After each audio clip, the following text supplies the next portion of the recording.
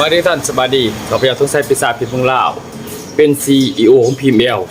2010เนาะเป็นที่ปรึกษาของบริษัทโคเดมอนสำนักงานปากเซ่ทุกท่านสาขาปากเซ่อยู่ที่ Friendship Mall เนาะเมื่อนี้นี่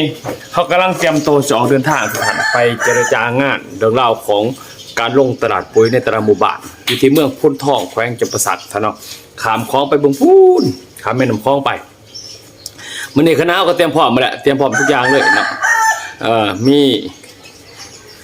เขาหาผู้ใหญ่บ้านว่ามีทีมงานของเขานี่ได้คุยไว้แล้วได้เขาซึมซับกับคณะเพิ่นแล้วเนาะเมื่อนี้นี่เป็นขั้นตอนที่2ที่เขาจะเดินทางและเอาเรื่องราวต่างๆไปคุยไปอธิบายให้กับคณะต่างๆเพิ่นให้รู้จักเรื่องราวของปุ๋ยแก้ปัญหาหยังเนาะแล้วก็จะมีผลประโยชน์เข้าสู่หมู่บ้านแบบใดเข้าสู่ผู้ซื้อจังไดผู้ซื้อได้หยังผู้ประกอบการได้หยังผู้เชื่อมผู้แชร์ผู้นำได้หยังผู้นำผู้บริหารได้หยังคือระบบเขาวางแผนละเอียดชัดเจนหมดเลยเราเมื่อนี้ก็ไปคุยกันเรื่องลงตัวเรื่องราวของผลประโยชน์ที่จะได้บ่ว่าจะเป็นเรื่องราวของผลิตภัณฑ์ของปุ๋ยแก้ไขปัญหาการเกษตรลดต้นทุนการผลิตแล้วก็เพิ่มผลผลิตได้จังไดเนาะอันนี้ก็คือที่เราจะคุยกันเรื่องนี้แล้วก็ว่าถึงผลประโยชน์ที่จะได้รับจากค่าการตลาดต่างๆกับคณะบาทเนาะเดี๋ยวหลังจากนั้นแล้วสเต็ปต่อไปก็คือหลังจากปุ๋ยมาทุกอย่างมาแล้วเฮากับสเต็ปที่3ก็คือร่วมบาทร่วมคนเอาที่คนที่แบบสนใจเนาะแล้วก็อยากฟังเบิ่งก่อนยังก็อย่างเนาะ1สนใจอยากใส่ปุ๋ยอยู่แล้ว2ก็คือขอยอยากมาเป็นผู้ซื้อผู้ขายนำเป็นผู้ประกอบการแต่ผลประโยชน์จะได้แน่แต่ก็กลุ่มที่3ก็คือกลุ่มที่ฟังเบิ่งก่อนสนใจฟังเบิ่งก่อนขาดีก็สิเอาบ่ดีก็บ่ว่ากันเด้อต่างๆบ่เป็นหยังเนาะท่านเนาะเดี๋ยววันนี้ก็คือจะให้ทุกท่านเบิ่งบรรยากาศในการทำงานเลยก็แล้วกันเชิญเลยครับโอเคไปตอนนี้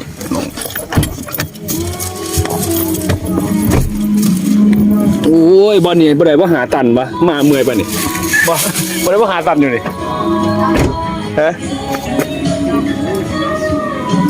เอาจะหาตันเบิ่งแน่ชื่อเขาจะ2 อันไปแล้ว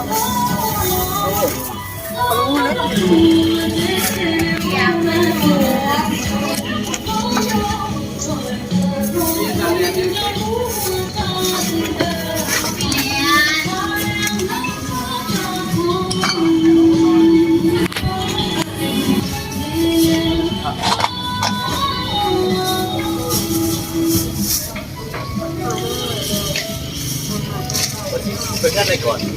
ใช่ๆมูไปในวันนี้ใช่6 กันเก็บได้ก่อนได้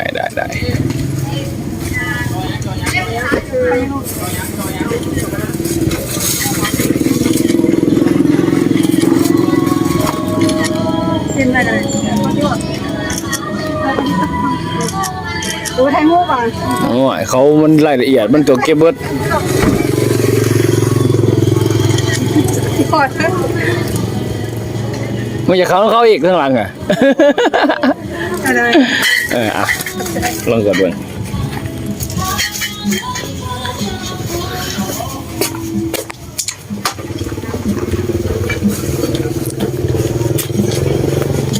อยากจะไม่ถือหนักปวดโป้เรื่องไปนี่